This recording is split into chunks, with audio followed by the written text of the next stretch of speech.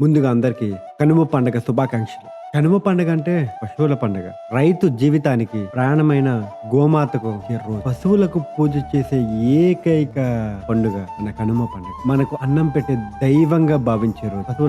మన పశువులైన ఆవులను అలంకరించడం, కొమ్ములకు రంగులు వేయటం, మెడలో గంటలు కట్టడం, రకరకాలుగా మన గోవులను అందంగా తయారు చేయటం ఈ రోజు మనకి ఆహ్లాదకరం. కనుమ భోజనానికి చాలా స్పెషల్. మాంసాహారానికి ప్రత్యేకమైన ప్రాధాన్యత అయితే ఈ రోజు మనం అందరం ఇస్తాం. కుటుంబ సమైక్యత, మనకి దూరపు చుట్టాలు, లేకపోతే మన స్నేహితులు, మన ఫ్రెండ్స్ ఎక్కడెక్కడ ఉద్యోగాలు చేస్తున్నారు అందరూ కూడా ఈ సంక్రాంతికి మన ఇంటికి వస్తారు.